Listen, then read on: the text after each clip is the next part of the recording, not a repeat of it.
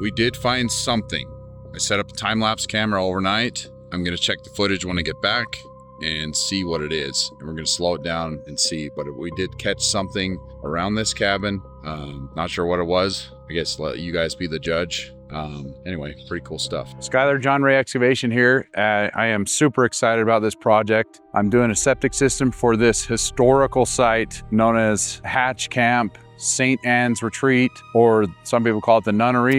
I honestly don't even know what the name is going to be now, but yes, I am super blessed that I had the opportunity to design this entire septic system, and I'm going to install this entire septic system. There's, I think, 7 cabins that are going to connect onto it, including this main cabin, 2 more up there. There's a few down here. Some are going to be pumped up to the tank. This is going to be a huge challenge of a job, and I am super excited to be able to be a part of it, and I'm honored that he chose me as the contractor to do it. So I guess I'll talk about a few of the things that's going to be a challenge on this job. It's a historical site, so obviously a lot of these rock walls, those kind of things, I cannot touch. I mean, if necessary, we might need to, but I'm gonna try and be super delicate to keep everything that is historical in place, work around it if we can. Do whatever we can to preserve everything. Also, the bridge leading into this place can only handle about 10,000 pounds. So as you can imagine, hauling gravel in here is impossible to get over that bridge with a gravel truck. So what we're going to do is use a sling truck and shoot it over the bridge, pile it up on this side, bring a skid steer around and move it around as we do it. Also the septic tanks. I mean, we can't use concrete tanks because they're too heavy to get across that bridge. So we're gonna have to use plastic ones. So I'm using the best of the best plastic tanks, which are Roth tanks. There's also unknown lines buried. I mean, right here, there's a stream that kind of goes underground. I think there's a metal pipe there, but there's also water lines from the spring that is pretty hard to shut off. So that's gonna be really difficult to find those. I'm just gonna have to dig really careful. And yeah, this is going to be a crazy project. I figure I'll be here about 3 weeks to a month. I hope. Hope it doesn't take longer than that, but no, it's a real beautiful area. I'm super excited to see how he restores it. I can't believe this guy, he's bought this entire property and he's going to restore each and every one of these buildings to how it was back in the glory days when it was Hatch Camp and it was a Hollywood retreat back in the 1920s, almost 100 years ago. So yeah, follow along with me and check it out, see what we run into. Also, another thing with the Forest Service, so he's gonna own the cabins. The Forest Service owns the land. They let me know that if I dig up any bones or artifacts or anything, we need to tell them and kind of shut the job down after that. So hopefully we don't find anything, but it'd be kind of cool if we did, really. But because there's a lot of rumors and lore about this place, about it being haunted, and possibility there might be something we dig up, but we'll see. Stay tuned, I guess, though. Anyway.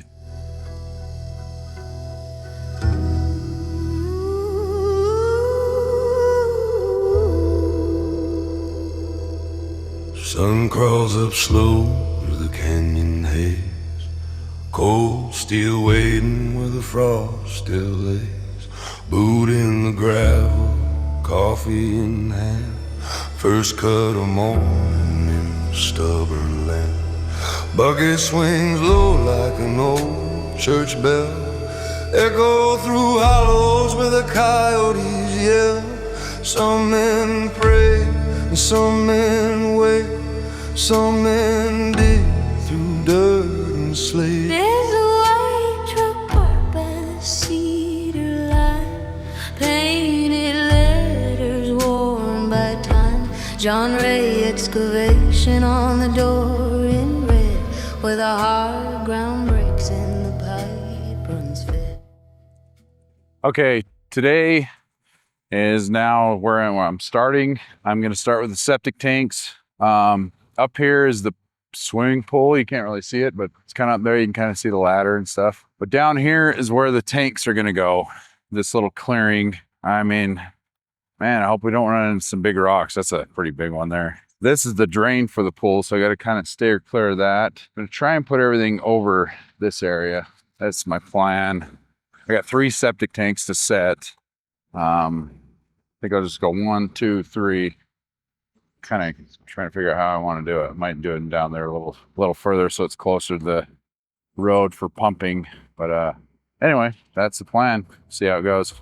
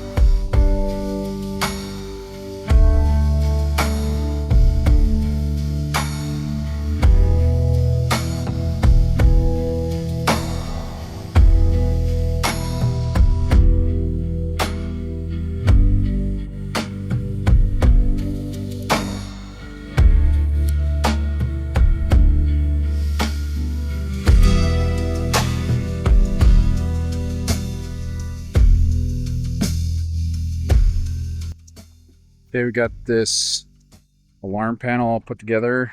Got the tanks in, pump with floats in there, the effluent pump to go to the drain field. I'll have to look that up later. Had to run these tanks in series. That's a 1,500 gallon tank going to a 1,000 gallon tank. That's for septic. We'll put an effluent filter in that one. We'll come to this tank, and this is the holding tank. The effluent pump up to the drain field. Go way up there. Okay, this part we got the septic tanks in. Now we're gonna put the pumps on these lower cabins. Got to connect these two to a pump here, and down there I got to do a pump. But first I need to make an entrance in here, so I'm going to move these rocks that aren't really built too well, move these out of the way and make a little ramp down in there.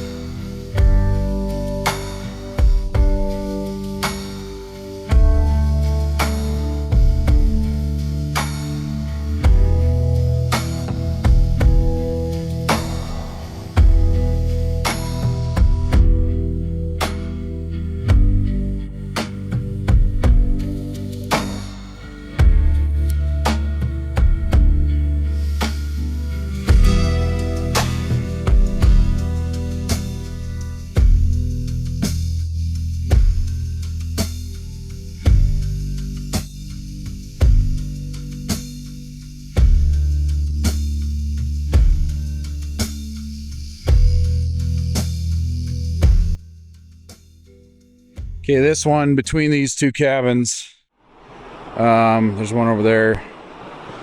We believe the line comes out on an angle here. I don't know if you can see it, but there's a pipe here.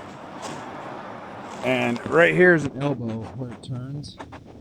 It goes 6.5 feet more, which is directly under this giant tree. And that's where the septic system thing is. And it was like a round circle of bricks stacked maybe 5 feet high or below. So I don't know how that tree, the roots haven't been getting into it. Then the neighboring cabin, that sewer line comes to here and angles over towards that same septic. So I guess they both run into there. We're just gonna cut that, redirect them to a pump vault right here. Gonna run our alarm panel there, pump it up to the road, and all the way that way is our septic tanks. We also got a pump chamber down there we gotta connect and run both lines in the same trench all the way up. Oh, got our work cut out for us on this one.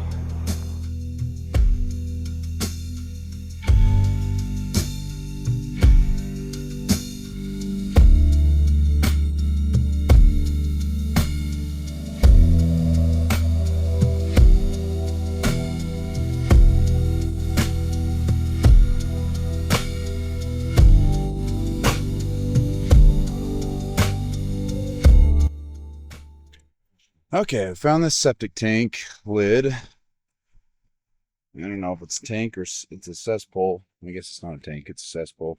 With a giant lid they must have poured on top of it. This rebar.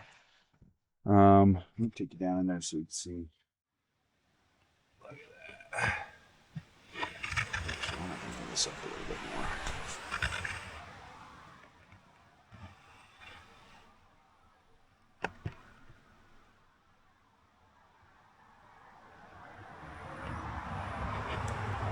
Crazy.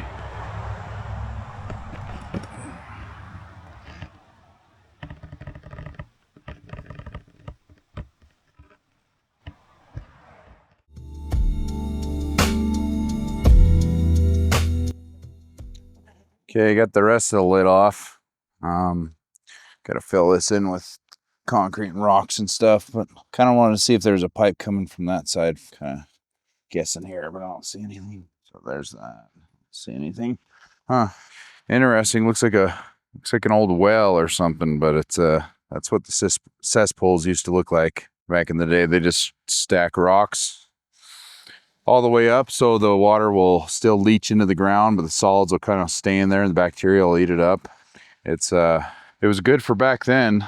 It's better than dumping waste onto the ground for sure. But yeah, now we've kind of modernized things and improved it a lot. Makes groundwater contamination a lot less of a thing. And this close to the river, you definitely don't want that sewage water getting in there. So that's why we're upgrading this whole thing. So everything's contained and not leaching into the ground right here. And it'll be leaching into the ground and into an appropriate area on the other side of the camp. But cool.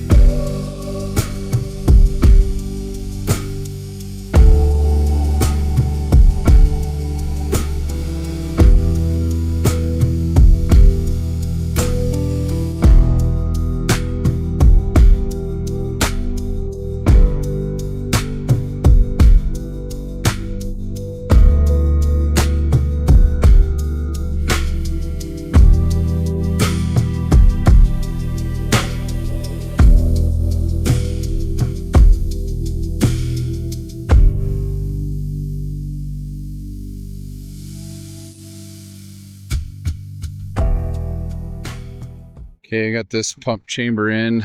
Why going to that building? This goes up to that cabin. Can't tie it in yet because we got to figure out why the sewage isn't draining out of that pipe yet. So we'll hook that up later.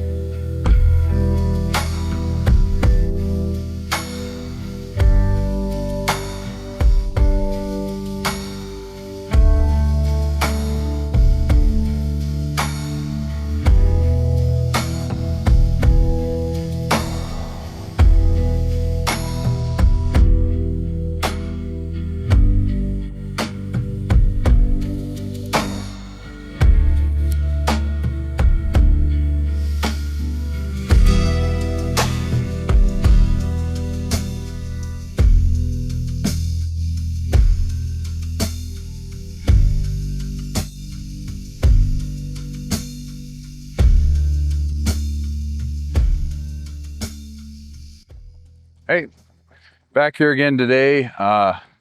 Still digging the hole for this tank, but we recovered a boulder.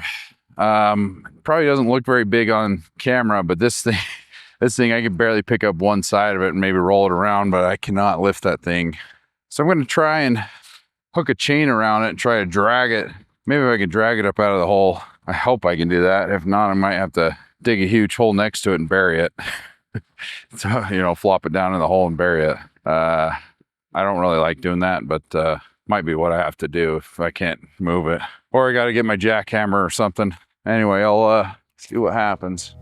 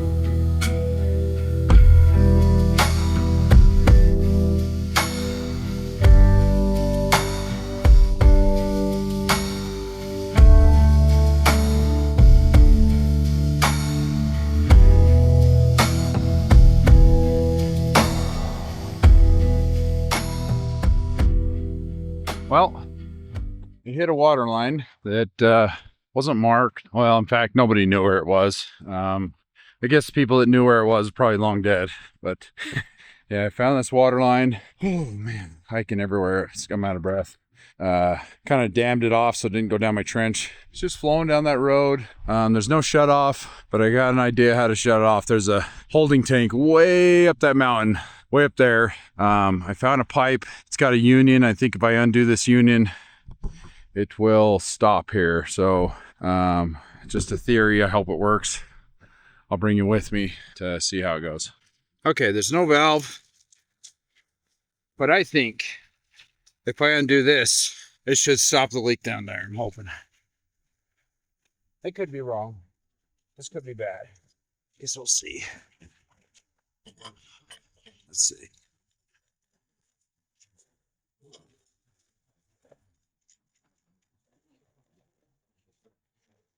Now I'm pretty winded from coming up that hill. I'm obviously not in the best shape, but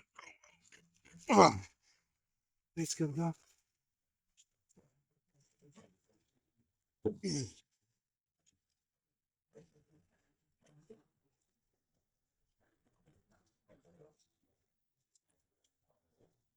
Okay, yeah. This one. You hold this one.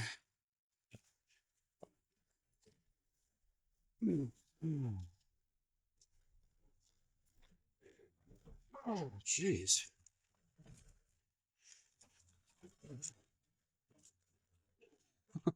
I need a cheater bar here.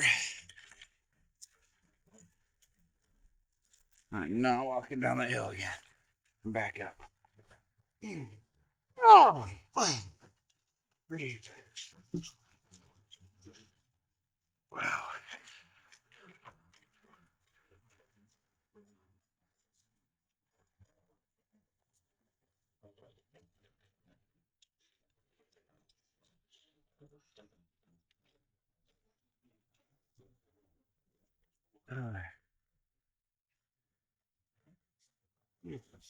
Oh,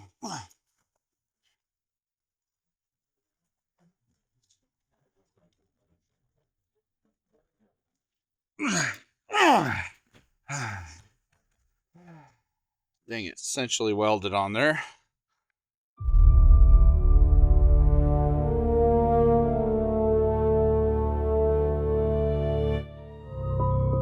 We did find something. I set up a time-lapse camera overnight. I'm gonna check the footage when I get back and see what it is. And we're gonna slow it down and see, but we did catch something around this cabin. Not sure what it was. I guess let you guys be the judge.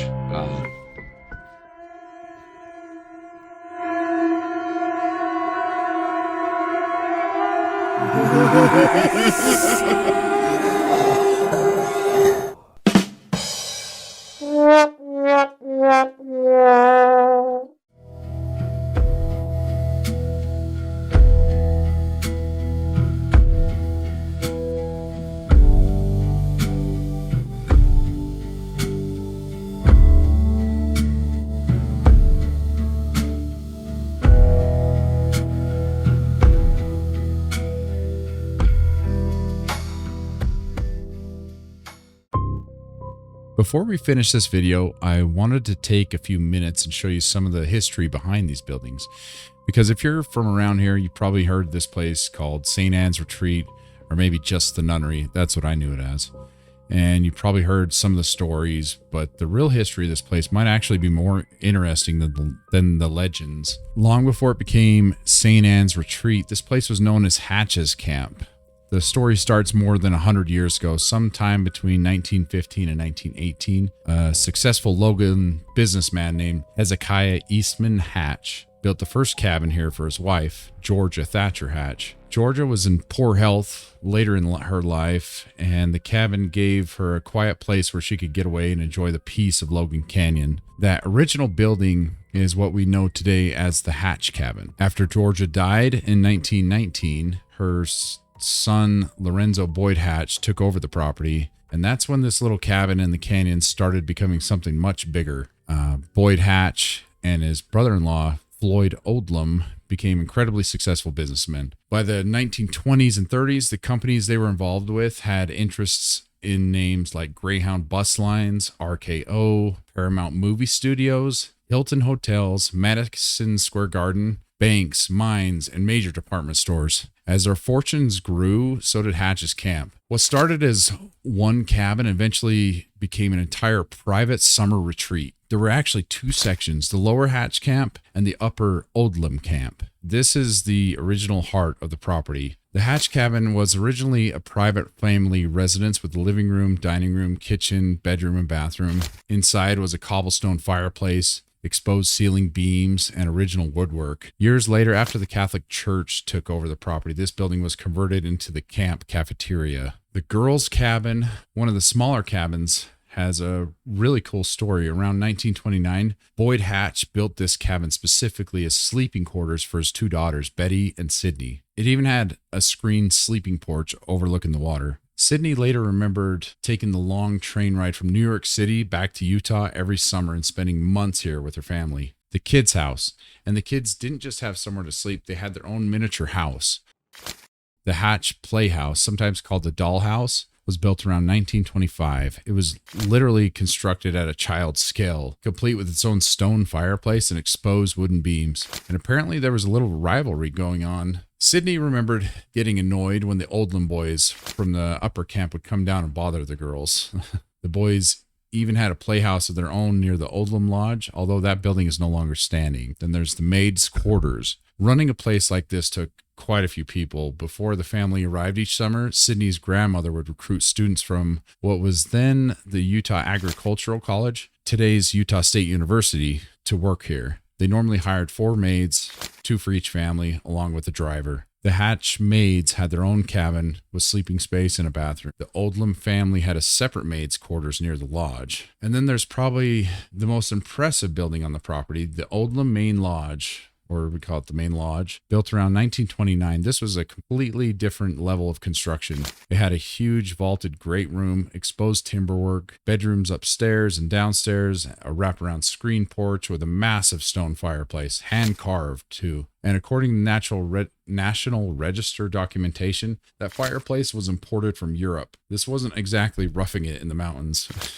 The 2 large guest cabins near the lodge are the 2 nearly identical large guest houses built around 1930. Historically, they were called the Oldham Double Guest Houses. Each had a central stone fireplace and provided accommodations for the family's many guests. And those guests could be pretty interesting. According to Sydney, the camp regularly entertained actors, Hollywood directors, politicians, including at least one governor, business executives, and company presidents. Because of the family connections at RKO, Paramount, and New York Society, Hollywood and Hatch's camp weren't nearly as far apart as you might think. There are stories today connecting Marilyn Monroe to these cabins. Maybe she came here, but I couldn't find historical documentation proving it, so I'm going to leave that one as part of the legend. What we do know is that Hollywood guests absolutely did come here. Then the theater, and here's one of my favorite parts. There used to be an actual movie and performance theater up near the Oldham Lodge. It isn't standing anymore, but Sydney remembered it clearly. It seated 24 people and even had its own separate little ticket booth. She remembered Hollywood directors who were visiting the camp being made to sit through the kids' amateur productions in the theater.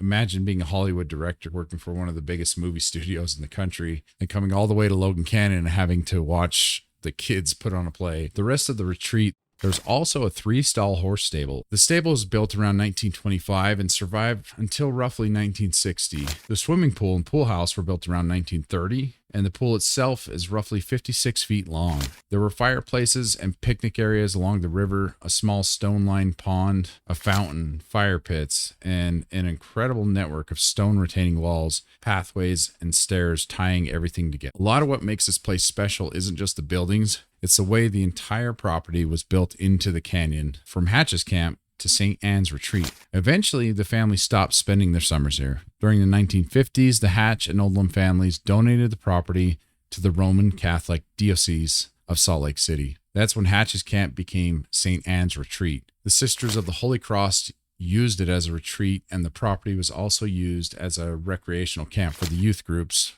of different faiths. And that's where the real history starts getting mixed together with legends. Stories grew about nuns, ghosts, babies being drowned in the swimming pool, but there's no historical evidence that those things happened here. What did happen here is interesting enough. This place was where kids spent their summers playing along the Logan River, where wealthy families escaped New York City for a few months, where maids and local college students worked during the summer, where Hollywood directors watched children's plays in a 24-seat theater, where actors, politicians, and business leaders came to get away from everything, and where two families built one of the most elaborate private retreats ever constructed in Logan Canyon. The National Register describes the construction here as having a spared no expense quality unlike anything else in the canyon. And more than a century after that first cabin was built, a lot of it is still here. So after spending time working on this property, that's probably what I'll remember the most. Not the ghost stories, not the nunnery, but the people who actually lived here, worked here, played here, and built this incredible place in the mountains. And it's pretty cool knowing that for a short period of time, we got to come up here and become a very small part of the next chapter in this history of Hatch's Camp.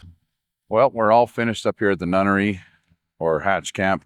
It's going to be called Cache Mountain Resort now. This septic system was a huge job, but we got it all done. Had a lot of challenges from the rockiness to the bridge that could only handle so much weight to running out of gravel and having to wait for more. But all in all, I'd say it was a pretty great job. I love being up here. I mean, look at these views. It's got trees. So majestic all around. Yeah, it was a great job. So, but it's a little bittersweet because we're done, and that's a good thing. Nice to get on to some other jobs, but I am gonna miss it up here. It's pretty great. Anyway, catch you in the next one.